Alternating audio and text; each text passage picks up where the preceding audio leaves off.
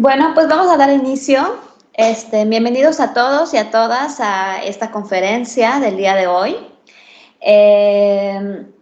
Les doy la más cordial bienvenida. Les pido por favor a todos los asistentes que durante la conferencia muestren muchísimo respeto, manteniendo apagados sus micrófonos.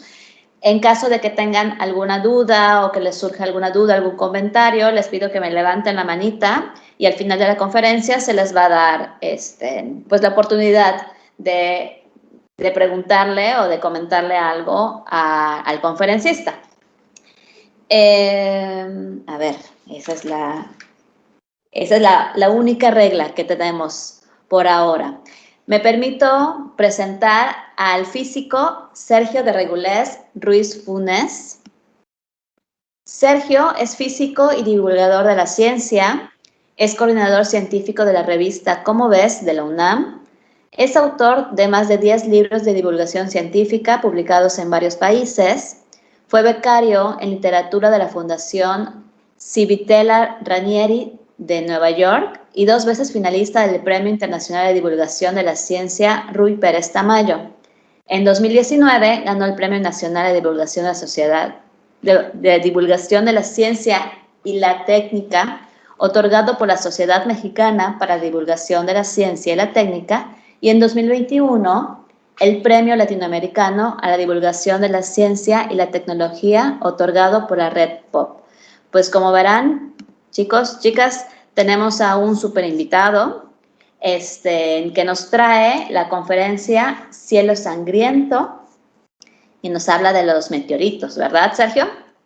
Así es, María José, muchas gracias por la presentación y muchas gracias a todos los presentes, me da mucho gusto que estén aquí.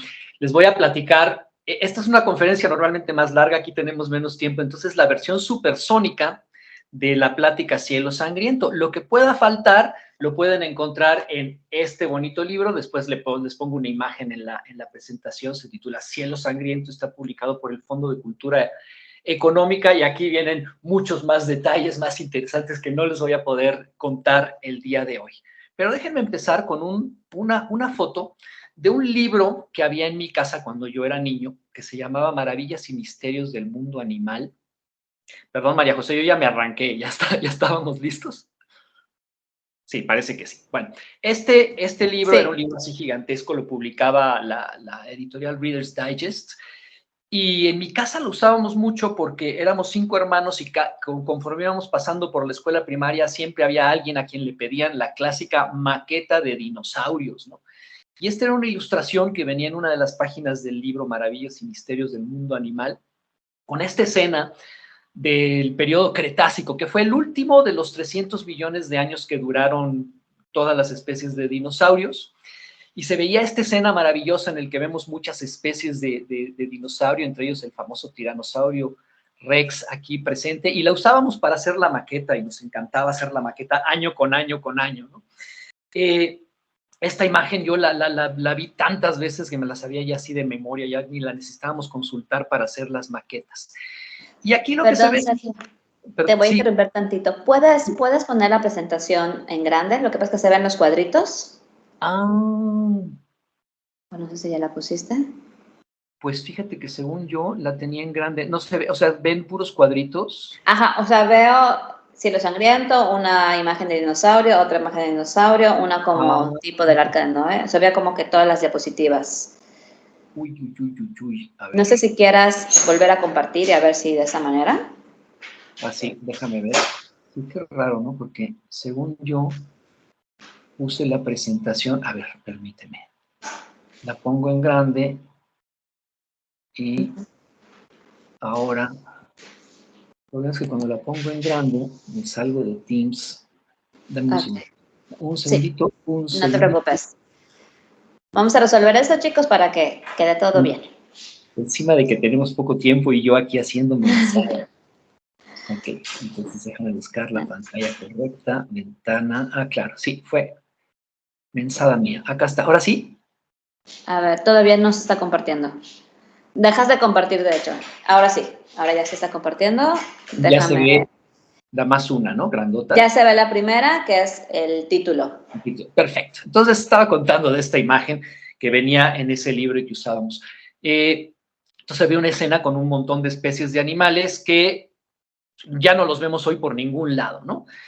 ¿Y cómo sabemos estas cosas? Bueno, estas cosas las sabemos porque en las rocas, en distintos tipos de rocas por todo el mundo, quedan impresas los restos de animales y plantas y microfósiles de pequeños organismos, quedan impresos en las rocas y entonces por eso sabemos que hubo en el pasado animales y plantas y otros tipos de organismos que hoy ya no existen, ¿no? Eso lo sabemos por el registro fósil que queda así impregnado en las rocas. Entonces, esta es una reconstrucción que se hacía por ahí de 1970 y poquitos, ¿no?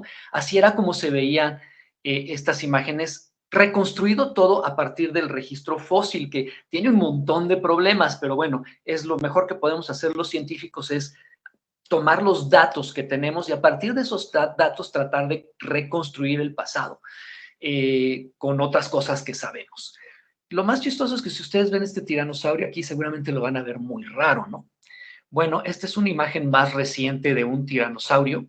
Esta ya es una imagen hecha con información que teníamos ya en los años 90. Entonces es muy curioso porque pese a que los dinosaurios ya no existen, peculiarmente han seguido evolucionando, aunque claro, lo que ha seguido evolucionando no son ellos, sino nuestro conocimiento de los dinosaurios. En la primera imagen veían ustedes lo que se sabía acerca de algunas especies de estos animales alrededor de 1970, y este es el conocimiento que teníamos ya hacia finales de los años 90, y ustedes ya reconocerán aquí el tiranosaurio representado con la colita flotando aquí en el aire en lugar de arrastrada como se suponía que la tenía en esta imagen de aquí, ¿no? Entonces, nuestro conocimiento científico va siempre avanzando y va siempre cambiando. Lo que sí no ha cambiado es que ya sabemos que estos animales, por supuesto, ya no existen. Alrededor de la época en que se hizo esta imagen, sabíamos que se habían extinguido todas las especies de dinosaurios y también que al mismo tiempo se habían extinguido no solo los dinosaurios, sino 75% de todas las especies del planeta en algún momento en el pasado. Eh, y lo que no sabíamos era cuándo fue ese momento ni cuánto duró la extinción. Entonces se suponía que los dinosaurios se habían ido extinguiendo poco a poco, ¿no? Las extinciones procedían gradualmente y poco a poco iban desapareciendo las especies hasta acabarse. Nadie sabía por qué. Vemos en el registro fósil que todo el tiempo aparecen especies y luego desaparecen especies y es un proceso normal en la vida en la Tierra. Las especies tienen un periodo de duración. Nadie sabía qué había pasado, solo sabíamos que pues simplemente ya no existían estos animales. Ahora, había un montón de hipótesis serias. Esta no es una de ellas, pero bueno, había un montón de hipótesis serias que decían, ¿qué habrá pasado? A lo mejor es que se calentó el clima y entonces se extinguieron todas esas especies, entre ellas todos los dinosaurios. A lo mejor había unos que decían, no, no fue calor, se enfrió el planeta y entonces pasó lo mismo. O bien también se especulaba que quizá habían aparecido entre los mamíferos, que en esa época eran pequeños roedores, no había mamíferos más grandes que una rata o un tejón grande, ¿no? Que se comían los huevos de los dinosaurios, en fin, estas eran distintas hipótesis. Por supuesto, esta última pues no explicaba por qué, además de los dinosaurios, también se extinguieron 75% de todas las especies. El caso es que no había elementos para favorecer una hipótesis sobre otra de todas las que había. Y en 1956, entre esta profusión de hipótesis acerca de por qué habían desaparecido todas estas especies, un paleontólogo que se llamaba Max Walker de Laubenfels propuso otra en un artículo. Y él decía, bueno, miren, hay muchas hipótesis, no hay elementos para favorecer una sobre otra, entonces aquí está otra que se me ocurre a mí que pudo haber pasado. Y Laubenfels decía, quizá en algún momento en el pasado de la Tierra hubo un periodo muy breve y muy intenso de calor muy fuerte, o sea, así en cuestión de días, aumentó la temperatura en todo el planeta, pero no 2 o 3 grados, sino hasta muchos, cientos de grados, y eso extinguió a todas esas especies, incluyendo a los dinosaurios. Ahora, ningún científico se saca de la manga las hipótesis y dice, pues esto es lo que a mí se me ocurre y ya. No, uno tiene que fundamentar lo que dice, aunque sea una especulación. Y lo que hacía Laubenfels es decir, bueno, miren, hay un mecanismo que puede haber producido esto. Sabemos que la Tierra está constantemente bombardeada por pequeños objetos que vienen del espacio y a veces son más grandes y a veces mucho más grandes. Y contaba Laubenfels en su artículo de un acontecimiento que ocurrió en 1908 en una región remota de Siberia. Se sabía que de repente un día se vio un gran resplandor en el cielo, lo contaban los pastores que vivían por ahí, que eran pastores de renos que vivían en esa región. Habían reportado que un día se vio una luz muy brillante en el cielo y de repente se produjo una explosión y un ventarrón intensísimo. Uno de ellos contaba que se había tenido que abrazar a un árbol para no salir volando, otro contaba que se le había incendiado la ropa del calor intenso que había producido esto, y al final, después de esta extrañísima conflagración, habían visto que estaban todos los animales muertos, ¿no? Y había árboles derrumbados por todas partes, y nadie sabía qué había pasado. Entonces, Laubenfels nos cuenta esta historia que ocurrió en 1908 y nos cuenta también que durante mucho tiempo, pues ahí se quedó la cosa hasta que en 1927 este geólogo soviético que se llamaba Leonid Kulik dijo, pues voy a ver qué rayos pasó en esa región, y organizó una expedición para ir a esa región de Siberia que se llama Tunguska y ver qué había pasado.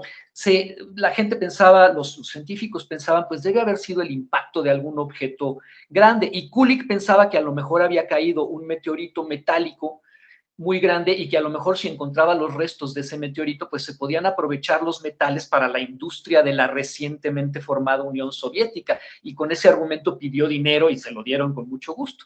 Total que Kulik se va a Siberia con una expedición muy larga, ¿no? Lo ayudaron los lugareños a llegar al lugar. Ya cuando se acercaban al lugar, los lugareños espantados dijeron, no, nosotros nos vamos de aquí porque aquí espantan, ¿no? Kulik, como buen científico, siguió adelante y encontró en efecto, esta es una foto que tomó él, hay varias, que estaban todos los árboles, todavía 20 años después estaba una región muy, muy grande de árboles, así tirados todos en la misma dirección como palillos chinos, y dijo, bueno, pues sí, si hubo un impacto tiene que haber un cráter en algún lado. Y buscó y buscó y buscó, no encontró nunca cráter, no encontró nunca restos de un meteorito que hubiera caído, pedazos de roca, pedazos de metal que pudiera utilizar para irles a decir a los que le habían dado al gobierno soviético que le había dado el dinero, oigan, miren, aquí está, no encontró nada. Total que durante mucho tiempo nadie supo qué había pasado en Tunguska, y muchos años después, ya en los años 90, pues creo que son astrofísicos, se llaman, el equipo de un señor que se llama Chris Chiba, hicieron simulaciones con computadora de cómo sería el impacto de distintos tipos de objetos en la Tierra, para ver qué podría haber pasado. Y uno de los resultados de los años 90 de esta simulación es que descubrieron que si un objeto es muy compacto y está hecho de roca o está hecho de metal, como muchos asteroides que impactan la Tierra, pues podría haber llegado a la Tierra y haber hecho un cráter, pero que, por ejemplo, si hubiera sido más bien un cometa, que no son ni de roca ni de metal, sino de gases congelados, o sea, de hielos muy fofos, muy, muy blandengues, entonces un objeto de ese tipo habría estallado en la atmósfera, déjenme ver si lo puedo mostrar otra vez, antes de llegar a Tierra, y entonces eso podría explicar lo que había pasado en Tunguska. Entonces, posiblemente el impacto de un cometa que estalló en el aire y produjo, aquí se ven las ondas de choque que llegan a Tierra y pueden haber producido esa devastación, pero eso fue muchos años después de Laubenfels. Entonces, bueno, esto podría haber producido esa devastación allá en Tunguska, pero Laubenfels lo propuso como mecanismo de este pulso de calor muy intenso que podría haber extinguido los dinosaurios. Ahora, nadie le hizo caso en aquella época porque pues era una hipótesis más para la cual no había ninguna prueba. Era una hipótesis con el mismo valor que todas las demás. Lo que no se imaginaba Laubenfels es que unos años antes de que él propusiera esto, había aparecido en una publicación que nadie iba a leer porque era el informe interno de Pemex, ¿no? De Petróleos Mexicanos, un reporte de 2 geofísicos petroleros que habían ido a la península de Yucatán a ver si podía haber ahí prospectos de encontrar petróleo. Y para eso estos 2 individuos que se llamaban Hernández y Cornejo fueron a medir pequeñas variaciones del campo gravitacional en la península de Yucatán, que son como una radiografía de lo que hay en el subsuelo.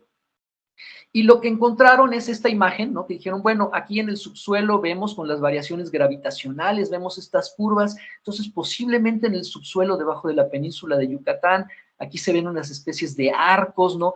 Puede haber posiblemente abajo un cráter de algo, un volcán o algún impacto. El caso es que aquí no hay petróleo, no nos sirve para nada y nos vamos. Y lo publicaron en el reporte interno de Pemex y nadie lo leyó. Unos pocos años después de que Glaubenfels propusiera su hipótesis del pulso de calor y dijera, bueno, pues imagínense un impacto como el que parece que hubo en Siberia, pero mucho más grande. En la historia de la Tierra, que es muy larga, debe haber sucedido muchas veces que este tipo de impactos mucho más grandes que el de Tunguska, que pueden haber producido efectos no solo locales, sino globales. No sabía él cómo, pero bueno, eso es lo que él había propuesto. Unos poquitos años después, como yo les contaba, una paleontóloga italiana que se llama Isabella Premoli fue a un lugar que está en el centro de Italia, en los Montes Apeninos, que se llama la Cañada del Botachone, que les gustaba mucho a los geofísicos porque ahí hay este tipo de formaciones, ¿no? Se ven rocas aquí con estratos geológicos. Estas son rocas que se formaron en las profundidades de un mar, de un mar tranquilo en aquella época. Y lo bonito de estas formaciones es que como se forman en aguas tranquilas, entonces está cayendo sedimento al fondo de ese mar durante millones y millones de años, y ese sedimento cae con todo lo que ocurre en el mar, ¿no? Con los restos de pequeños organismos del plancton que están flotando todo el tiempo en las aguas marinas, en toda época, y entonces conforme pasa el tiempo se acumula material y se va compactando y sedimentando y compactando y se hacen estas capas como de pastel mil hojas que les enseñé yo en esta otra imagen, que además guardan pequeños fósiles de estos organismos. Y con esos fósiles de estos organismos, la gente sabía a partir de estas formaciones cómo se habían sucedido las distintas épocas de la vida en la Tierra. Lo que nadie sabía era cuándo, ¿no? Nada más se sabía la sucesión de acontecimientos, pero nadie sabía cuándo habían sucedido todas estas cosas. Pero Isabella Premoli era experta en estos organismos pequeñísimos del plancton que están flotando en todos los mares en toda época y que también van evolucionando como todas las demás especies, van apareciendo y extinguiéndose. Estos son unos bichitos que se llaman foraminíferos y los hay de muchos tipos. Isabella Premoli era súper experta en estos bichitos y entonces dijo, lo que voy a hacer es ir ahí a la cañada del Botachone, voy a tomar muestras de rocas por todos lados, voy a examinar los foraminíferos que hay ahí y como yo me lo sé al derecho y al revés, yo puedo decir cuál fue la sucesión de acontecimientos y más o menos en qué época fue. Entonces digamos que si los sedimentos esos fueran como el libro de la vida, era un libro que no tenía numeración de páginas. Isabella Premoli fue a hacer esta investigación para ponerles páginas a los libros. Aquí tienen una roca donde se ven, aquí nosotros no vemos nada, pero un experto como Isabella Premoli ve los pequeños organismos en estas rocas tomadas de una sección de la cañada del Botachone. Entonces, esto fue en 1962 y Isabella Premoli además encontró, aquí ven ustedes una imagen de ese lugar, una sección de esos sedimentos. Aquí ven ustedes otra parte, ¿no? Donde están esas hojas del libro de la vida. En particular, esta es una sección donde se ven rocas que vienen del periodo Cretácico y luego rocas que vienen del periodo inmediatamente después. Isabella Premoli y su colaborador encontraron una cosa muy peculiar. En todos los lugares donde se veía el cambio del Cretácico, que es esta parte de aquí, espero que sí se vea mi flechita, ¿verdad? Esta parte de aquí, el Cretácico y el periodo posterior, se veía en los foraminíferos una cosa muy peculiar, y es que en las rocas anteriores había gran variedad de estos bichitos y de muchos tamaños diversos, y en las rocas inmediatamente posteriores había muy poquitas especies y todos muy chiquititos. Entonces Isabella Premoli, que no iba a eso lo encontró por casualidad, dijo, bueno, aquí pasó algo muy raro, ¿no? En este periodo debe haber ocurrido algo muy intenso porque se ve que se extinguen montones de especies de foraminíferos, quién sabe por qué. Y además, entre esos dos tipos de roca, esta es otra sección de ese mismo lugar, ¿no? Entre esos mismos tipos de roca, del Cretácico y de lo que sigue, hay una capa de un material arcilloso que no contiene ni un solo fósil y quién sabe qué será. Isabella Premoli, muy contenta, dijo, bueno, pues sepa Dios qué será esto, ya me voy a mi casa, yo ya le puse número y más o menos fecha a todos los elementos de la cañada del Botachone. Y además esa franja gris no solo se ve en esta cañada, sino que se ve en todo el mundo, en los lugares donde se ve la transición entre rocas del periodo Cretácico y rocas del periodo posterior. En todos lados está esa capita de arcilla y nadie sabía bien qué era. Exactamente por la misma época, alrededor de los años 60, los geofísicos les habían dado mucho dinero para hacer exploraciones y arrastrar instrumentos de medición científicos por los mares del mundo, y se habían percatado de una cosa muy chistosa, y es que en el fondo del mar, que está hecho de rocas más pesadas que los continentes, se veía que estas rocas tenían un campo magnético, o sea, eran como pequeños imanes, ¿no?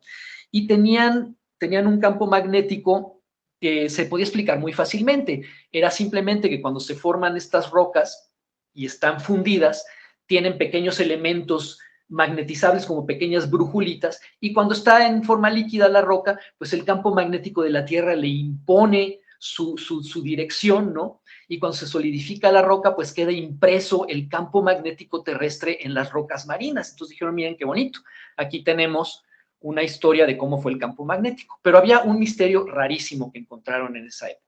Y es que había franjas de roca donde el campo magnético estaba orientado como hoy, ¿no? Ya saben que ustedes que el campo magnético tiene dos polos que se llaman norte y sur, y eso es lo que orienta las brújulas en la Tierra. Entonces encontraron que había otras franjas de roca en donde el campo magnético estaba exactamente al revés. Y eso era una cosa extrañísima, ¿no? Bueno, esto se explicó a lo largo de los años 60 de esta manera. Las rocas marinas se forman en los lugares donde hay montañas marinas y por ahí surge magma del interior de la Tierra, y el magma que va surgiendo va empujando las rocas hacia los lados de tal manera que el lecho marino se va produciendo un nuevo lecho marino como un tapete, una banda sin fin, y va empujando las rocas más antiguas hacia los lados. Y entonces lo que está pasando es que cuando se forman las rocas se imprimen con el campo magnético de ese momento, y esto quiere decir que en algún momento el campo magnético de la Tierra se debe haber invertido, y no solo una vez, sino muchas veces. Y aquí vemos el procedimiento, ¿no? Aquí está surgiendo las rocas en forma de magma. Aquí se les imprime el campo magnético y empujan otras rocas. Y aquí vemos rocas que surgieron antes, en una época en que el campo magnético estuvo al revés. Entonces, ese fue el descubrimiento de las inversiones del campo magnético terrestre. Se observaba que había ocurrido muchas veces en el pasado de la Tierra. Nadie sabía por qué. De hecho, sabemos sin saber muy bien por qué. Y nadie sabía cuándo ni cuánto habían durado esas inversiones.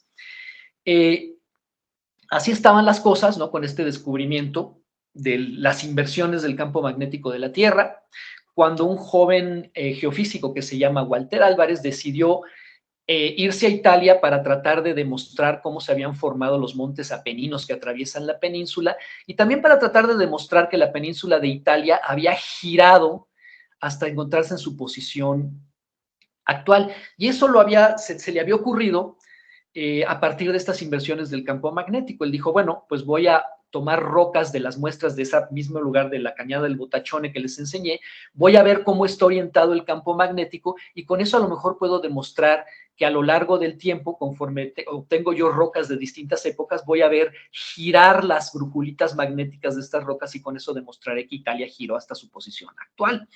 Total, se fue con un amigo, tomaron muestras de rocas, se regresaron a su casa, no les sirvieron para nada, las rocas estaban todas revueltas, y pues se quedaron muy frustrados, pero sí se dieron cuenta de una cosa muy interesante, y es que las muestras de rocas de estos sedimentos marinos, que eran distintas de aquellas en las que se había encontrado las inversiones del campo magnético en el fondo de océanos profundos, también tenían registradas las inversiones del campo magnético. O sea, ahí también se veía que unas rocas tenían el campo magnético para un lado y otras las tenían exactamente al revés. Y entonces se les ocurrió una idea muy bonita a Walter Álvarez y a su amigo. Y es, bueno, si regresamos a la cañada del Botachone, tomamos muestras, aquí vemos unas muestras, estas son las muestras que tomaron ellos de las rocas, se sacan con una barrena especial, que saca así como mordiditas de las rocas, y estas son justamente unas que tomaron Álvarez y su amigo. A lo mejor lo que podemos hacer es recorrer toda la cañada, aquí vemos distintas secciones de la cañada, e ir registrando la orientación del campo magnético en esas distintas rocas, y entonces, con el añadido de que como aquí sabemos, gracias a los foraminíferos de la amiga Isabella Premoli, en qué sucesión y en qué época ocurrieron las cosas, entonces a lo mejor podemos no solo obtener la secuencia de las inversiones del campo magnético, sino además saber cuánto duraron y en qué época fueron. Y entonces aquí ven, estas barras que ven ustedes aquí son otra vez las mismas barras de las inversiones magnéticas, ¿no? Orientadas al derecho y orientadas al revés y orientadas al revés y orientadas al derecho, ¿no? Este es un resultado de la investigación que hicieron cuando regresaron a Italia Álvarez y su amigo. Y entonces, bueno, sí lograron hacerlo. Me encantaría poderles contar toda la historia, pero no tenemos mucho tiempo. Y esto fue una serie de artículos que hicieron además con un equipo, colaborando con un equipo en el que estaba la mismísima Isabella Premoli, y publicaron una serie de artículos hermosos alrededor de 1977 en el que decían, bueno, vamos a tomar todas las piedras de la cañada del Botachone, ya sabemos cuándo ocurrieron con los foraminíferos y además ahora vamos a decirles en qué orden ocurrieron las inversiones del campo magnético. Entonces, ustedes aquí ven números y letras, esto quiere decir 27 normal, 27 inversa, 27 inversa, 28 normal, 28 inversa, 29 normal. Normal quiere decir campo como está hoy, inversa campo al revés de como está hoy. Y entonces obtuvieron esta bonita imagen, y creo que aquí tengo otra. Sí, este es un resumen de las inversiones del campo magnético. Lo bonito es que ahora se podía saber cuánto duraron y cómo ocurrieron. Y aquí ven ustedes las mismas franjas, pero en un diagrama temporal en el que aquí está el presente y aquí nos vamos yendo hacia abajo y hacia la derecha, hacia el pasado. Y aquí se puede ver que las inversiones del campo magnético no tienen ton ni son, no tienen ritmo, no, unas duran muchísimo, otras duran muy poco y ocurren sin ton ni son, pero ya sabemos cuándo ocurrieron. Y con esto, comparándolas con las mismas rocas, pero del lecho marino, que además tienen la información de cómo se fue desplazando el lecho marino, pues se pudo, además de todo, saber a qué velocidad procedía esta expansión del lecho marino. Una cosa muy bonita. Pero un poco aparte de lo que estamos hablando aquí. Entonces, Walter Álvarez y su amigo se regresan muy contentos a su laboratorio, que es el laboratorio Lamont Doherty, que está en Nueva York.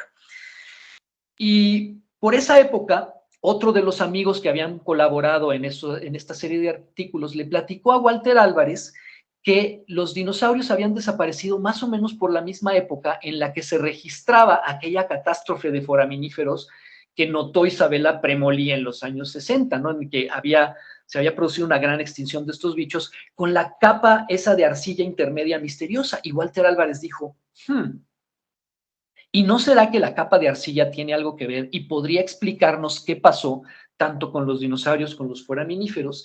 Y se fue a dar un paseo, se le ocurrió esto y dijo, él después lo narró, este fue un cambio total en mi vida y me llevó a hacer mi nueva serie de investigaciones. Y entonces, aquí está otra vez la capa de arcilla entre el Cretácico y la época posterior.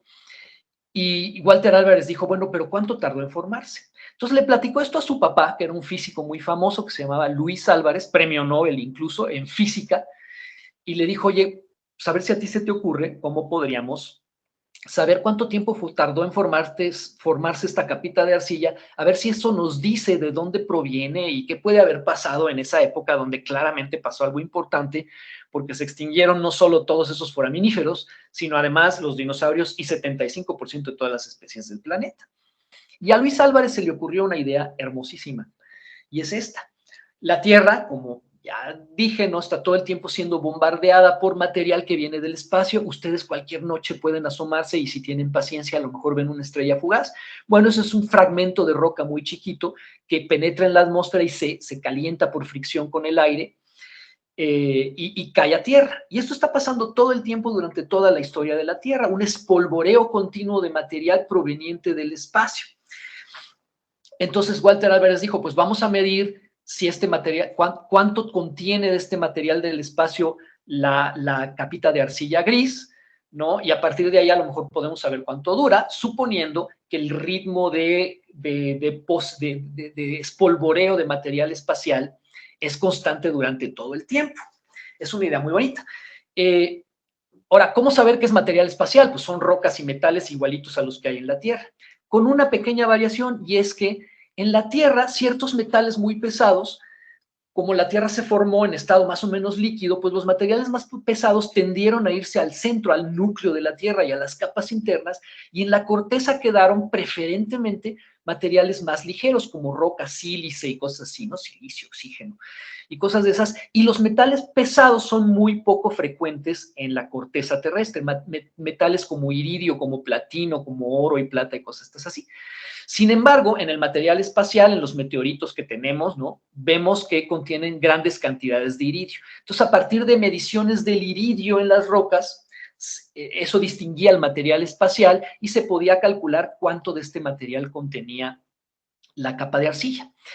Se asociaron los dos Álvarez con dos químicos, perdón, que se llaman Mike Azaro y Helen Mitchell, que habían encontrado un método para medir cantidades ínfimas de iridio en una muestra de material, y les dijeron, bueno, miren, aquí tienen rocas de un poquito antes, rocas de un poquito después, material de la capita de arcilla, entonces analícenlo y vamos a ver cuánto iridio hay en la capita de arcilla, y de ahí podemos calcular cuánto tarda en formarse. Ellos esperaban que la concentración de iridio, aquí está una gráfica, estas son rocas de antes y rocas de después, que la concentración de iridio fuera más o menos constante. ¿Y cuál no sería su sorpresa cuando justo en la capa de arcilla, Helen Mitchell y su colega encuentran que la concentración de iridio no era constante, sino que justo en la capa de arcilla se dispara a lo bestia, pero a lo bestia. Y entonces los Álvarez y Mitchell y Azaro dijeron, ah, caray, pues, ¿qué pasó aquí? Esto nos lleva por un camino totalmente distinto. Vamos a tratar de explicar por qué hay esta concentración de iridio tan fuerte en esa capita de arcilla precisamente. Total, que dedicaron un año a descartar hipótesis distintas, ¿no? Un científico tiene que explicar cómo ocurrieron las cosas y no puede quedarse con la primera idea que se le ocurre. No les puedo contar todas las hipótesis que analizaron, están en el libro si después lo quieren leer. Pero después de un año se quedaron con un solo posible mecanismo, y es que esa capita de arcilla eran los restos depositados por todo el mundo del impacto de un meteorito de tamaño gigante de entre 15 y 20 kilómetros de diámetro. Y esto explicaría muy bien por qué por todo el mundo está esa capa y por qué contiene esta gran concentración de iridio. Y publicaron un artículo hoy histórico en 1980 en el que argumentan, dicen, bueno, observamos que hubo una gran extinción en cierta época. Observamos que justo en los estratos que nos cuentan la historia de esa época, vemos que ahí mismo ocurrió hay esta gran concentración de iridio. Y además, después de un año, nosotros nos quedamos con una sola hipótesis, y es que esta concentración de iridio se debió al impacto de un objeto más o menos grande, de 15 o 20 kilómetros, que pegó en la Tierra. Y eso explicaría muy bien por qué se produjeron estas tremendas extinciones. Y según los Álvarez y sus colegas, bueno, pues había sido un impacto en la época entre el Cretácico y lo que vino después, en algún lugar. Aquí parece que se distingue muy bien el lugar. Aquí todavía no se sabe dónde es el lugar, en 1980. Y lo que habría pasado es que ese impacto habría levantado tanto polvo y tanto material que se había esparcido por toda la atmósfera de la Tierra y habría oscurecido el cielo durante posiblemente muchos meses y habría hecho bajar las temperaturas muchísimo, y eso explicaría muy bien la extinción. Ahora, los Álvarez y sus colegas también en su artículo hacen un cálculo muy bonito, ideado por Luis Álvarez, el físico, que observó que cuando hay erupciones volcánicas muy intensas de un solo volcán, hemos visto que el material se esparce por todo el mundo y alcanza a bajar un poquito la temperatura global un par de años. Sucedió en 1982 con la erupción de un volcán en Chiapas que se llamaba el Chichonal. Produjo tanto material que los años siguientes, 2 o 3 años después, hizo mucho más frío, unos graditos más de frío en invierno, al grado de que aquí en México, por ejemplo, nevaba en el Monte Ajusco. Entonces Luis Álvarez dice, imagínense una erupción, no una erupción, sino un depósito en la atmósfera de polvo, pero millones y millones de veces más grande, pues el descenso en la temperatura debe haber sido mucho, mucho mayor.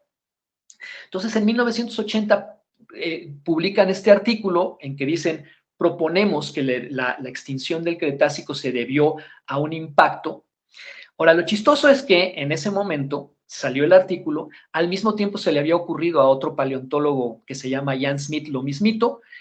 Hoy se consideran co-descubridores los Álvarez y Jan Smith de la hipótesis de impacto, pero nadie les hizo caso porque pues ellos no tenían un mecanismo y la gente decía, bueno, sí, si hubo ese impacto, ¿dónde está el cráter? No me va a dar tiempo de preguntar, ustedes por supuesto ya saben dónde está el cráter, eso sucedió a lo largo de los 80 y 90, no me va a dar tiempo de contárselo, pero lo que sí quería yo contarles era brevemente cómo sabemos y quién supo que había habido este impacto. Hoy el consenso es que esa extinción sí se debió principalmente al impacto que hoy conocemos con el impacto de Chicxulub, ¿no? Aunque también hay otras causas y hoy se está discutiendo qué tanto influyó una y la otra. Y al mismo tiempo, hoy también sabemos con desarrollos que ocurrieron en los 80 y 90 y que lamentablemente no me da tiempo de platicarles, que el frío ese que proponían los Álvarez no fue el único mecanismo, sino que el mismísimo día del impacto, pueden haber, lo que sucedió es que este impacto tremendo, aquí se ve, levanta material y ese material alcanza alturas orbitales, se distribuye por todo el mundo y reingresa en la atmósfera como una lluvia de meteoritos mundial que por fricción con el aire se calientan, y eso pudo haber calentado la atmósfera a temperaturas muy elevadas durante un breve periodo, y ese es otro de los posibles mecanismos de extinción, que además nos recuerda mucho lo que propuso Max Walker de Laurenfels en 1986. Voy a tener que dejar de compartir pantalla para que haya un ratito para preguntas. Lástima que no les puedo contar todo lo demás. Bueno, está en el libro, se titula Cielo Sangriento y lo publicó el Fondo de Cultura Económica. No sé si haya preguntas, dudas. Chicos, chicas, ¿alguna pregunta, alguna duda? Nos estás dejando picado, Sergio, ¿eh? Ay, fíjate que no, me da mucho gusto, pero al mismo tiempo lamento no poderles decir más. Con todo y que les fuera yo a decir más, de todas maneras los había dejado picados. Ah, bueno. Pero hay muchas cosas que no da tiempo de decir, ¿no? Esta historia es una muestra bien bonita de cómo va avanzando el conocimiento científico y cómo, aunque no, en 1980, por ejemplo, estos individuos proponen lo del impacto, no es que inmediatamente les crea a todo el mundo, ¿no? Los científicos tienen por obligación dudar y esperar hasta ver que haya más evidencias, y esas se juntaron tiempo después. Creo que ya tenemos una pregunta. Sí, tenemos a Ricardo. Ricardo, adelante. Abre tu micrófono. Gracias. Mi pregunta es, cuando se hizo el cráter creo que fue en Golfo de México, creo que sí, ¿qué ocurrió más bien? ¿Qué pasó con el planeta en ese momento? Muy buena pregunta. Esto no lo supimos inmediatamente, ¿no? Esto es una serie de investigaciones por equipos internacionales, incluyendo muchos de México, por supuesto, ¿no? Que a lo largo de los años 80 y 90 y 2000, e incluso muy recientemente siguen haciendo investigaciones, han encontrado el cráter, han sacado muestras del cráter con mucho trabajo a lo largo de los años 90, ¿no? En particular las investigaciones de Jaime Urrutia Fukugauchi, que es un investigador de la UNAM, y su equipo, ¿no? Y bueno, entonces hoy el panorama que pintan es más o menos así. Se produce el impacto de este objeto de 20 kilómetros y eso inmediatamente hace un cráter gigantesco que en unos cuantos segundos, hay incluso una simulación bien bonita de un artículo reciente, en unos cuantos segundos abre un boquete de 40 kilómetros de profundidad, apachurrando las rocas que había ahí. El meteorito, desde luego, el asteroide, perdón, se volatiliza, ¿no? Y las rocas rebotan hacia arriba como si fueran de hule, y al cabo de 2 minutos, ese agujero de 40 kilómetros de profundidad ya se volvió a llenar y se sigue levantando como una montaña de otros 40 kilómetros, pero para arriba. Total que este pico gigantesco instantáneo se vuelve a colapsar, ¿no? Por el peso, y así es como se forma el cráter, digamos. Esa es la formación del cráter inmediata en 5 minutos después del impacto, ¿no? Y esto expulsa un montón de material, no solo del asteroide, sino una cantidad equivalente de material de las rocas en la Tierra que se volatilizan. Entonces salen fragmentos de rocas, salen volando a velocidades tremendas, algunos alcanzan velocidades orbitales, incluso algunos deben haber escapado totalmente de la gravedad de la Tierra. Jaime Urrutia Fukugauchi, una vez que lo entrevisté, me dijo una cosa muy bonita. Me dijo, debe haber pedacitos de Yucatán en la Luna. Y en efecto, hay pedazos que deben haber salido en todas direcciones y pueden en efecto haber caído en la Luna y en muchos otros lugares, ¿no? Por ejemplo, hoy sabemos, hay meteoritos de Marte en la Tierra que se produjeron así, por impactos en Marte, rocas que estuvieron millones de años volando, expulsadas de Marte y que acabaron por caer en la Tierra. Bueno, lo mismo debe haber sucedido con esto. Ahora, la gran mayoría del material no alcanza a salir, ¿no? A escapar de la gravedad de la Tierra, entonces regresa y vuelve a ingresar, se distribuye por todo el mundo, como les estaba yo contando. Este es un mecanismo que que se dilucidó, digamos, en los últimos 20 años, ¿no?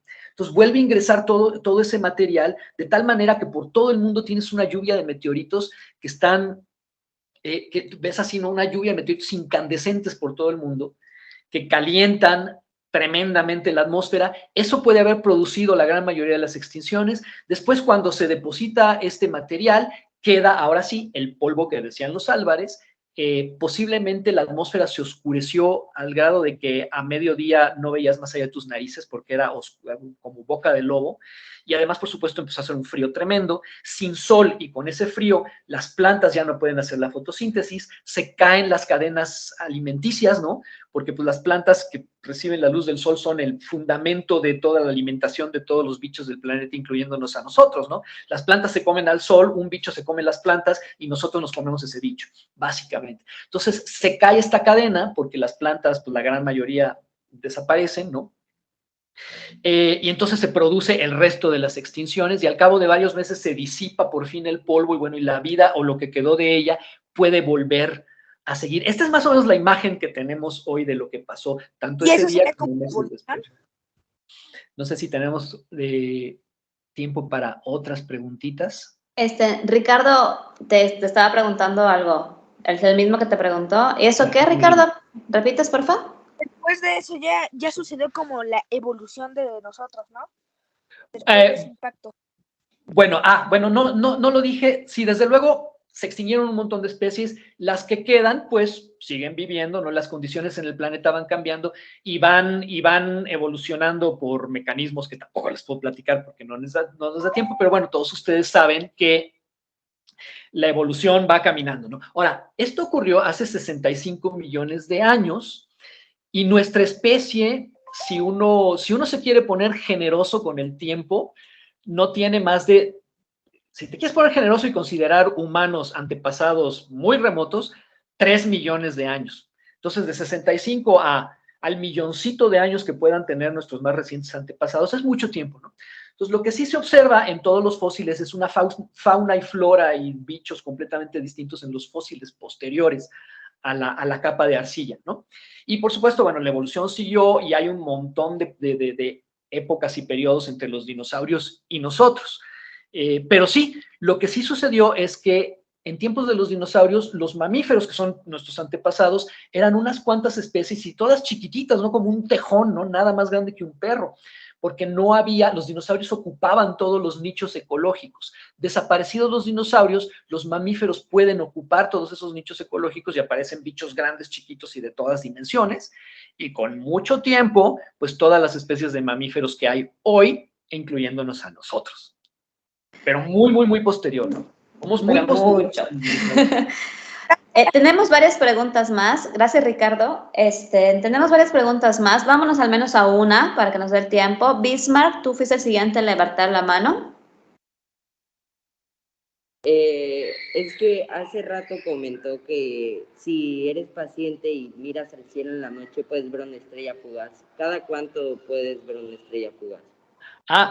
Todas las noches, porque la Tierra, están cayendo miles de toneladas de material por toda la Tierra todo el tiempo. Claro, aquí, ¿no? Si tú te paras en tu casa, pues ahí no están cayendo miles de toneladas, pero todo el tiempo están llegando estos pedacitos de roca, de material del espacio, y a veces son más grandes y a veces son más chiquitos. Lo que sí vas a necesitar es una noche oscura, posiblemente lejos de luces de la ciudad, pero cualquier noche en el campo, sin nubes, y de preferencia sin luna, si tú te quedas mirando el cielo un rato, no falla que vas a ver una rayita de luz en el cielo. Ahora, hay periodos en que la Tierra atraviesa por nubes de restos de cometas que han pasado por aquí, que se quedan atrapadas en ciertos puntos de la órbita de la Tierra. Entonces, cuando la Tierra atraviesa esas nubes de material, aumenta la intensidad de las estrellas fugaces y es lo que se llama una lluvia de estrellas, pero no necesitas esperar una lluvia, y ahí por supuesto hay más, vas a ver más, pero no necesitas esperar una lluvia de estrellas para verlas. Nada más necesitas una noche bien, bien, bien oscura lejos de una ciudad, no nubes ni bruma y de preferencia no luna. Te acuestas, te pones a mirar las estrellas y vas a ver un montón de cosas, pero seguramente vas a ver algunas estrellas fugaces. Yo he visto muchísimas, ¿no? He visto incluso bolas de fuego, pero eso es mucho más raro porque son rocas más grandes, ¿no? Yo sí he visto varias estrellas, me acuerdo de cuando iba a la playa, noche Sí. oscura, acostada en la arena, y muchísimas. Bueno, pues muchísimas gracias, Sergio. Nos quedan, varios chicos estaban con la mano levantada, pero chicos, ya son las 11 de la mañana, están dando las 11 de la mañana. Lamento que no hayan podido preguntar. No sé si quieras, Sergio, a lo mejor poner algún tipo de contacto o que te sigan en alguna red social para que ellos te puedan preguntar o no sé. Pues la que más consulto es Facebook y ahí estoy con mi nombre, Sergio de Régules. También en Twitter, pero ese lo uso mucho menos y a lo mejor por ahí podemos intercambiar información.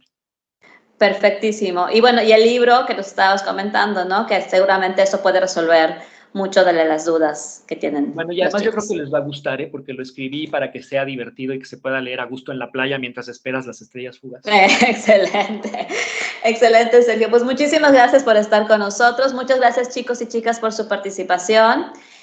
Sí nos dejaste picado, Sergio, pues que esto nos invite a seguir investigando, porque de las investigaciones, como dijo Sergio, incluso investigando para otra cosa, se descubren otras.